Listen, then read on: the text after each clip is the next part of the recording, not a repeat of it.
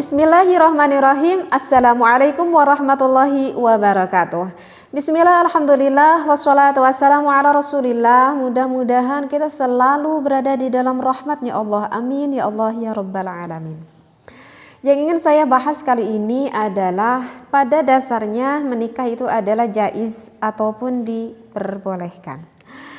Adapun hukumnya menikah itu adalah dianjurkan ataupun disunnahkan, bukan diwajibkan menurut madhab Imam Asy-Syafi'i. Berdasarkan firman Allah Subhanahu wa taala yang tertera di dalam surat An-Nisa pada ayat ketiga, A'udzubillahi minasyaitonirrajim, fankihu ma taba lakum minan nisa'i mathna wa thulatha wa ruba'. Di sana wallahu a'lam bil muradi, di sana dikatakan bahwa nikahilah wanita yang kalian senangi, mau 2, 3 ataupun 4. Jika kalian tidak merasa sanggup adil maka cukup 1 saja. Kemudian ada yang diriwayatkan oleh Abu Ayyub radhiyallahu anha, ia berkata bahwa Rasulullah sallallahu alaihi wasallam pernah bersabda, Arba'un min sunanil mursalin, ada 4 sunnah dari sunnah-sunnahnya Rasulullah. Apa sajakah itu?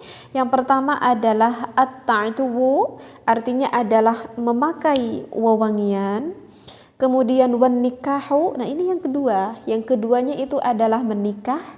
Wasiwaku, yang ketiganya adalah bersiwak ataupun menyusur gitu ya. Dan yang keempatnya itu adalah wal haya'u, mempunyai rasa malu di dalam diri kita. Nah, hadis ini yang diriwayatkan oleh Imam Ahmad dan juga Imam At-Tirmidzi ya, yang mana musnad di dalam Imam Ahmad ini dikatakan hasan, sedangkan menurut Imam At-Tirmidzi ini termasuk hasan gharib, seperti itu. Dan juga ada diriwayatkan di dalam riwayat yang lain bahwasanya ada sekelompok sahabat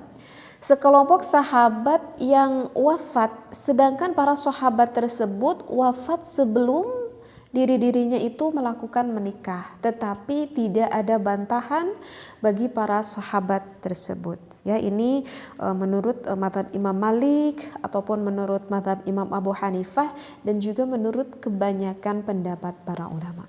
Nah, dari riwayat-riwayat yang sudah saya sampaikan ini adalah menunjukkan bahwa hukum menikah itu adalah sebetulnya bisa dilihat dari individualnya masing-masing. Artinya kebutuhan seseorang itu berbeda, sehingga kita menghukumi di dalam hukum menikah sekali lagi kita harus dilihat akan perorangan ataupun individualnya. Sehingga di dalam kitab Qurratul Uyun misalkan contohnya bahwa hukum menikah itu terbagi menjadi 5. Bisa saja bagi seseorang menikah itu diwajibkan. Bahkan bisa saja bagi seseorang menikah itu justru diharamkan.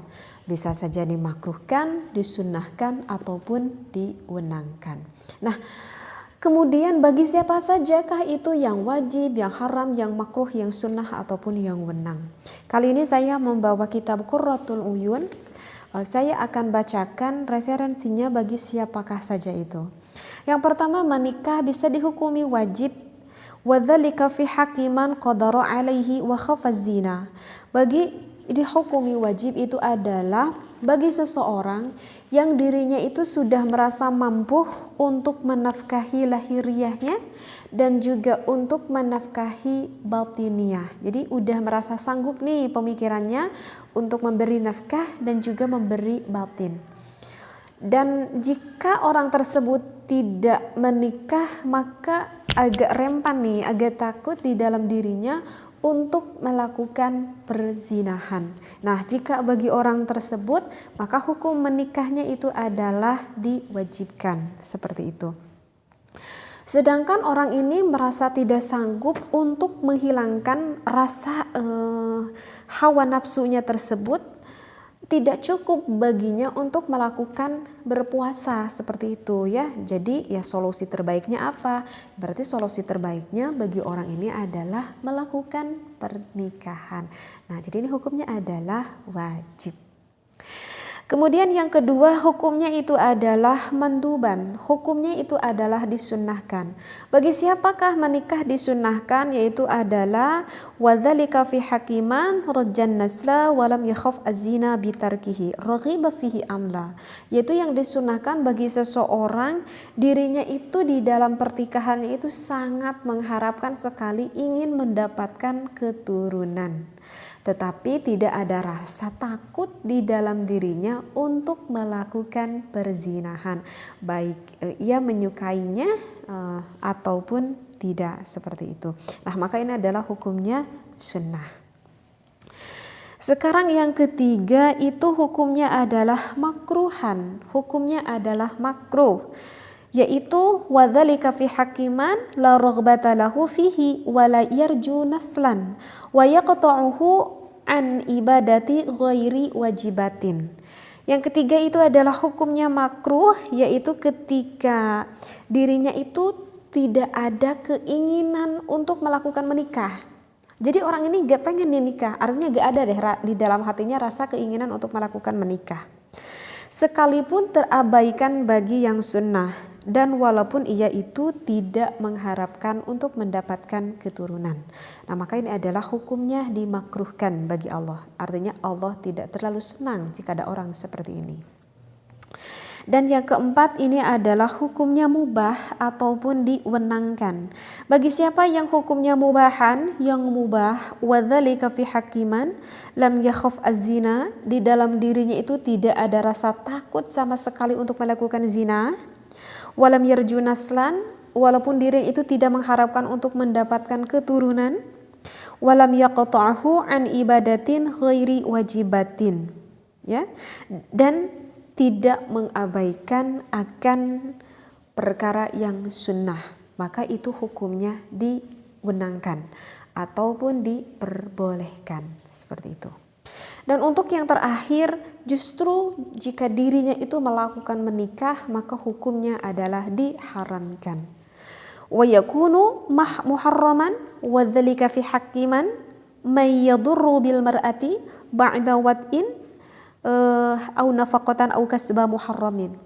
Yang kelima itu adalah diharamkan jika dirinya itu merasa belum sanggup untuk memberikan nafkah lahir dan juga belum sanggup untuk memberikan nafkah batin, dan juga tidak merasa takut dirinya untuk melakukan berzina. Dan justru jika menikah dengan orang ini dikhawatirkan akan memadaratkan akan sebelah pihak, misalkan akan memadaratkan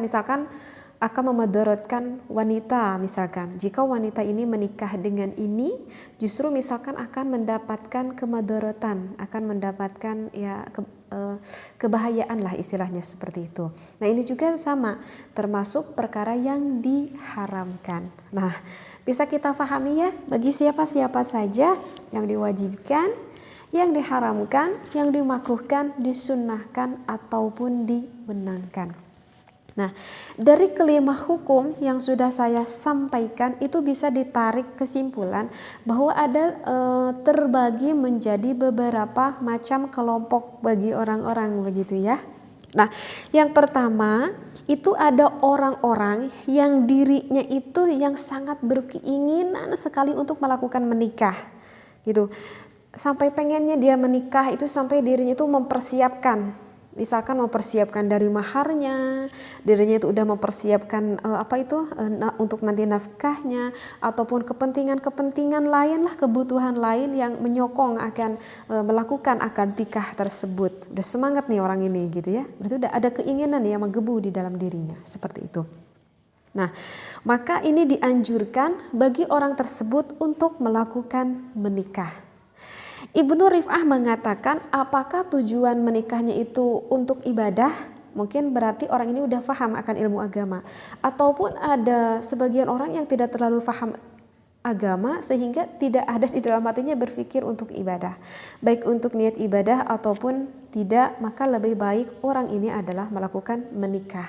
Ini yang dikatakan oleh Imam Ibnu Rif'ah. Yang diperkuat dari hadis yang diriwayatkan oleh Alqamah dari Abdullah bin Mas'ud Beliau itu mengatakan bahwa Rasulullah Shallallahu Alaihi Wasallam pernah bersabda, ya ma'syar sabab, wahai para pemuda, saya baca saja artinya ya. Barang siapa di antara kamu yang sudah merasa sanggup nih untuk melakukan menikah, hendaklah kamu itu segera untuk melakukan menikah, kata Rasulullah. Kenapa? Karena sesungguhnya menikah itu lebih menjaga pandangan dan akan lebih memelihara kemaluan. Nah, itu hadis yang diriwayatkan oleh Rasulullah. Hadis riwayat dari Al-Bukhari, dari Imam Muslim, banyak sekali ini ya, dari Imam Abu Dawud, dari Imam At-Tirmidzi, dari Imam Nasai, dan juga dari Imam Ibnu Majah. Jadi banyak sekali ya ini hadis riwayatnya. Nah, itu untuk sekelompok bagian yang pertama.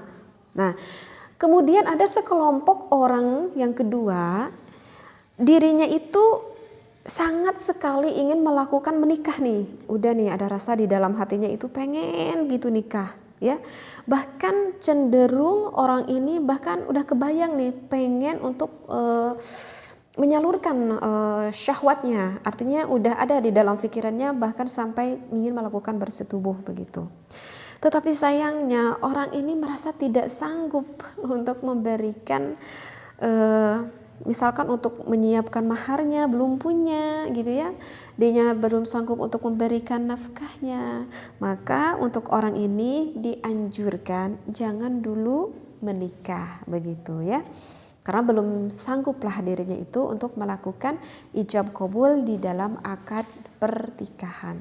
Tetapi yang harus perlu digarisbawahi, ini ya sesuai dengan kemampuan ya, bukan berarti yang dimaksud di sini adalah yang mempersiapkan biaya yang sangat besar sekali untuk walimatul urus, itu tidak termasuk ya, karena walimatul urus itu artinya melakukan, kalau orang Sunda mah bilangnya hajat gitu ya, artinya hajat itu ya tergantung akan kemampuan masing-masing, tidak bisa disamakan. Jadi di sini mungkin lebih spesifik misalkan ke mahar gitu ya, karena itu kan hukumnya yang menjadikan ketentuan di dalam menikah tersebut. Nah, jadi untuk orang ini lebih baik menjaga dulu dirinya untuk lebih menekan rasa syahwatnya, menekan hawa nafsunya. Kata Rasulullah, lakukanlah dengan berpuasa, seperti itu ya.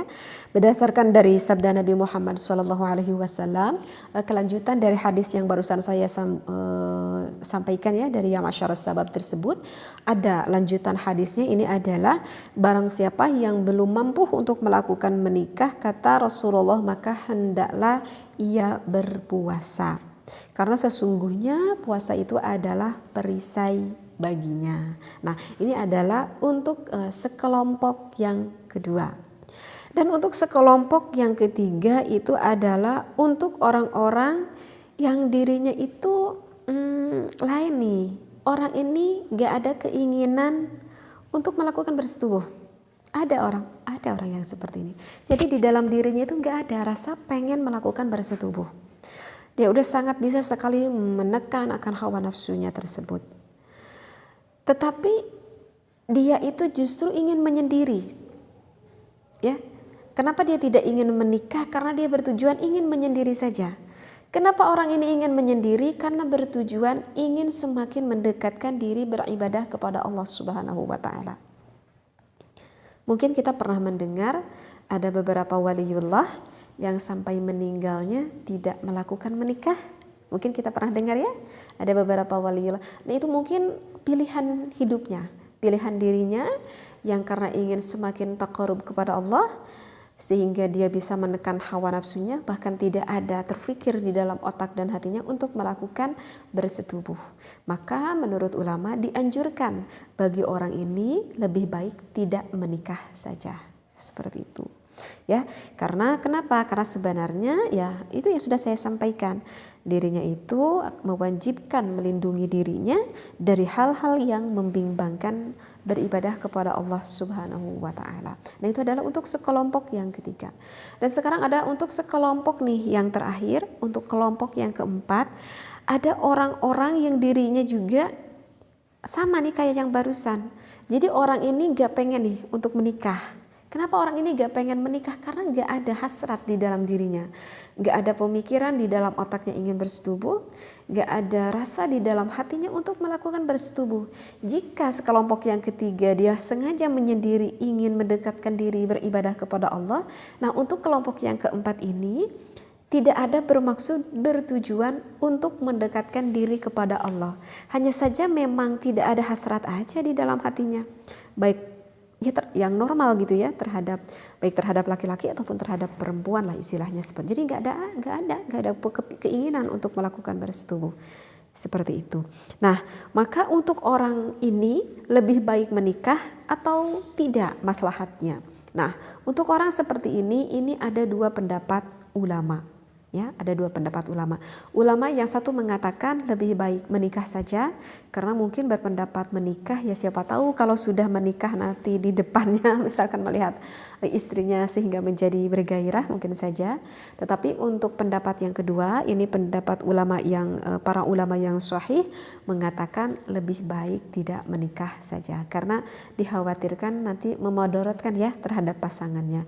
Udah dia menikah tetapi pasangannya dihare-harekan lah istilahnya seperti itu, karena memang gak ada gairah hasrat di dalam dirinya. Jadi itu ada dua pendapat ulama seperti itu. Ya, diperkuat dari hadis yang diriwayatkan bahwasanya Umar bin Khattab itu pernah bertanya kepada Abu Az-Zuwaid, bahwasanya Umar bin Khattab radhiyallahu anhu itu pernah bertanya ya kepada Abu Az-Zuwaid, kata Abu Bakar, "Hai Abu Az-Zuwaid, sudahkah kamu menikah?" Maka Abu Az-Zuwaid itu menjawab, "Belum ya Sayyid Abu Bakar," seperti itu. Maka Sayyidina Abu Bakar, maaf maksud saya Sayyidina Umar ya, bukan Sayyidina Abu Bakar, maksudnya Sayyidina Umar. Maka Sayyidina Umar berkata, "Tidak ada yang mencegahmu dari menikah kecuali belum mampu atau selalu ingin berzina." Nah, seperti itu. Jadi sekali lagi mudah-mudahan bisa difahami apa yang sudah saya sampaikan. Hukum menikah itu tergantung melihat individual masing-masing. Kebutuhan orang itu berbeda-beda. Mudah-mudahan ilmu yang saya sampaikan sebagian referensinya ada di dalam kitab Qurratul Uyun dan juga kitab lain yang saya satukan. Mudah-mudahan bermanfaat. Wabillahi taufiq wal hidayah. Wassalamualaikum warahmatullahi wabarakatuh.